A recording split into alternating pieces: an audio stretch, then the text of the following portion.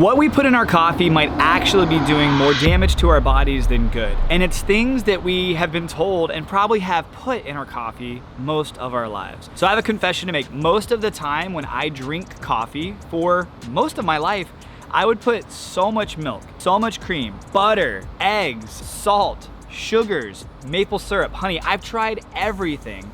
And I did it all thinking I was doing my body a favor. But I've learned recently that a lot of the things I put in my coffee was doing more harm than good. And in this video, we're gonna talk about all of it. We're gonna break it down in a way that everybody can understand what's the best way for us to drink our morning coffee. We'll discuss milk, MCT oil, collagen proteins, salts, eggs, creatine, and a lot more. So if you're a big coffee drinker like me, buckle up because this might change everything. The first thing I want to talk about is what benefit does coffee, black coffee, organic, clean coffee actually have in our bodies? Well, it turns out it actually has quite a few. When we drink black coffee by itself, a few things should actually happen.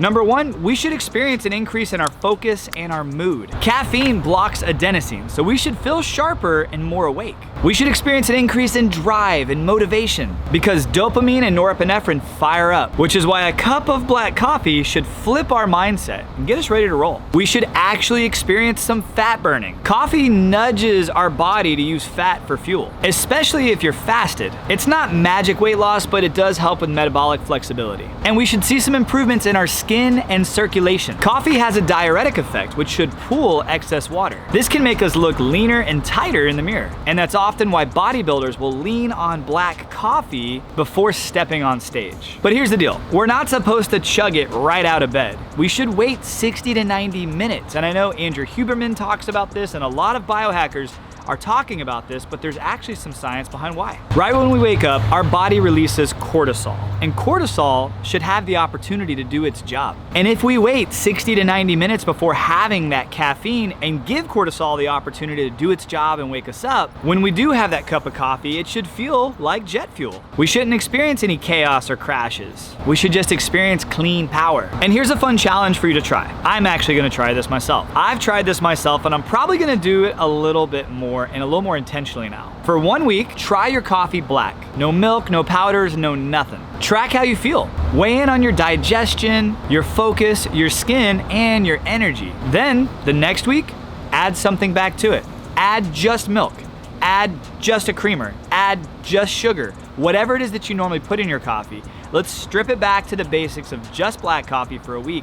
See how it makes us feel, and then slowly add things back and weigh in on how that makes us feel. And then see which week feels better. Your body's unique and it'll tell you the truth. There's one thing I used to add to my coffee every single morning, but I realized it actually works way better raw or in cold drinks. And that is today's sponsor, Armra Colostrum. I've been using Armra for over 2 years now, and I'd have to say it's one of the most powerful additions to my daily routine. Not just for me, but for my entire family. And Armra doesn't just give you one random benefit. It's a natural powerhouse with over 400 bioactive nutrients. And it fortifies all 4 layers of the gut barrier: the wall itself, the immune cells and antibodies, the protective mucus layer, and even your microbiome. That means typically stronger digestion, better nutrient absorption, and a gut that can handle the world we live in today. But it actually goes beyond the gut. Armra supports lean muscle growth and recovery. It fuels stamina and endurance, and even shifts your metabolism, so you burn fat more efficiently instead of running on just sugar. That's why I notice better performance when I'm working out and faster recovery when I'm using it consistently.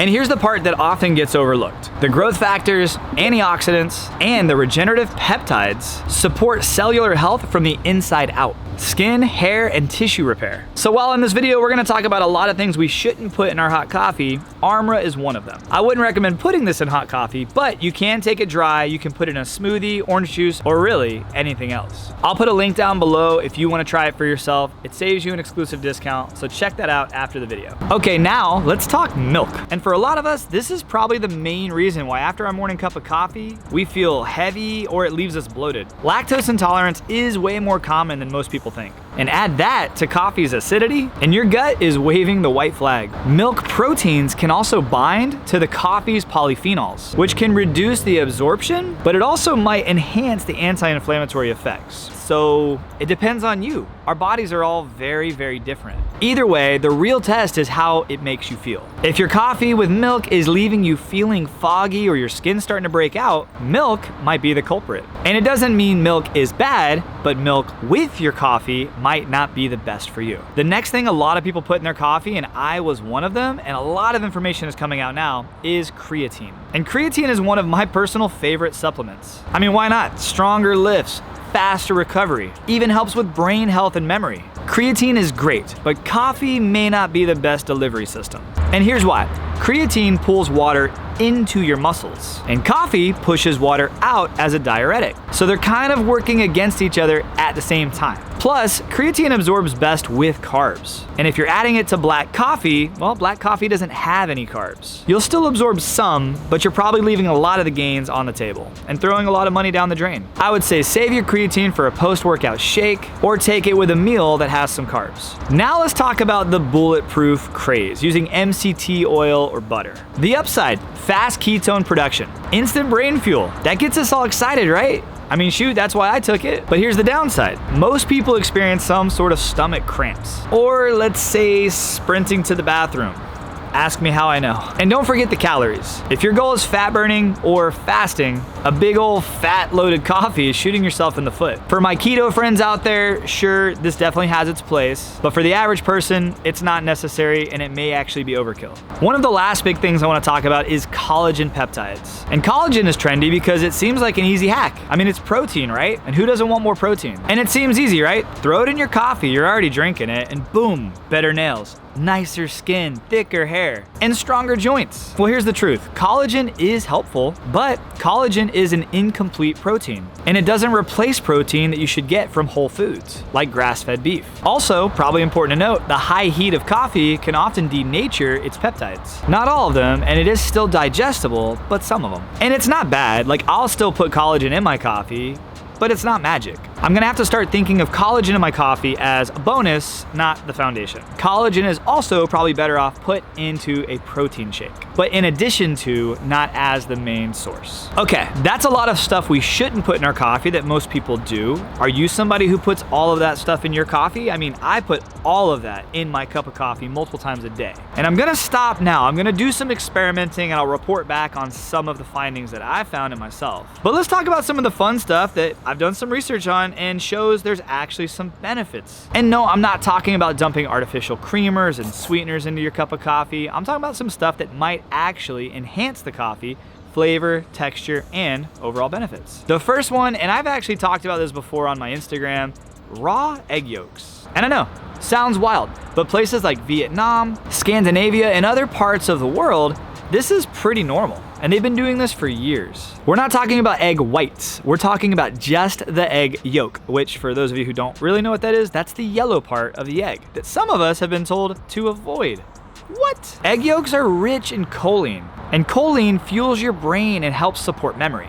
Plus, it's loaded with fat-soluble vitamins like A, D, E, and K2. Vitamins many people are deficient in. And the yolk gives coffee a creamy texture, and it can help smooth out that caffeine hit so it gives you a steadier release. Just make sure you're using high-quality eggs. And get yourself some chickens. They're freaking awesome. Next, a pinch of salt. I personally use Redmond real salt. Salt seems simple and maybe a little bit weird, but it's super powerful. I've noticed that salt cuts the bitterness of the coffee and can even give it a rounder flavor. It also helps replace some electrolytes, which is huge since coffee is mildly diuretic, especially if you're fasting or doing some low-carb dieting. That little pinch of salt can provide minerals that help stabilize your energy and even prevent some jitters that you might get from the caffeine. Just don't go overboard or it will taste like salt. The last thing I want to talk about, because there's a lot of supplement companies now coming out with coffee that has this in it, is L-theanine. L-theanine is an amino acid that's actually found in tea leaves, and it pairs beautifully with caffeine.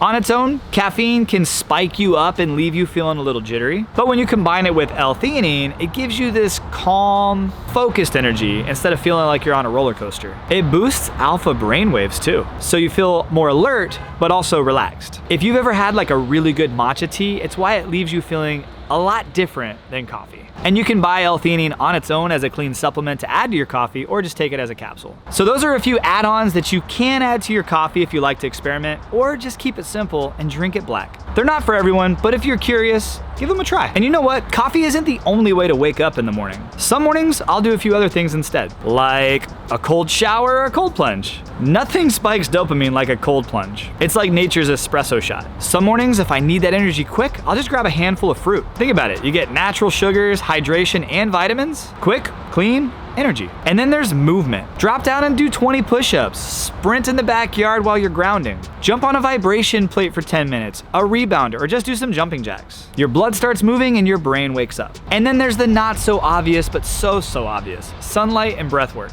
Put your feet in the grass, look at the sun, hands on a tree, breathe 4 seconds in, hold for 4 seconds, breathe 4 seconds out, hold for 4 seconds, called box breathing. It works wonders, and you will feel amazing. And hey, like I've said throughout this video, test it. Some of this works better than coffee, especially if you've been leaning too hard on coffee lately. So here's the big takeaway. Black coffee, done right, is one of the simplest health tools we got. But what you add to it and what you don't add to it matters. Milk, MCT oil, creatine, and collagen. They're not bad, but they're not great in coffee. Experiment. Strip it all back. I'm not telling you to avoid drinking coffee, but go back to just drinking black coffee for a week and see how you feel. Pair this with some of the other wake-up hacks that we just mentioned. And if you do want to try a supplement that works with your biology and not against it, try Armra Colostrum. That link's down in the description below. At the end of the day, your body will always tell you what works best for it. All you have to do is listen. Hey, I appreciate you so much for watching. I'll see you guys in the next video. Have a great day, my friends, and God bless. And hey, speaking of next video, I'll have a couple videos pop up right here. Check out one of those, and I'll see you over there. Appreciate you guys.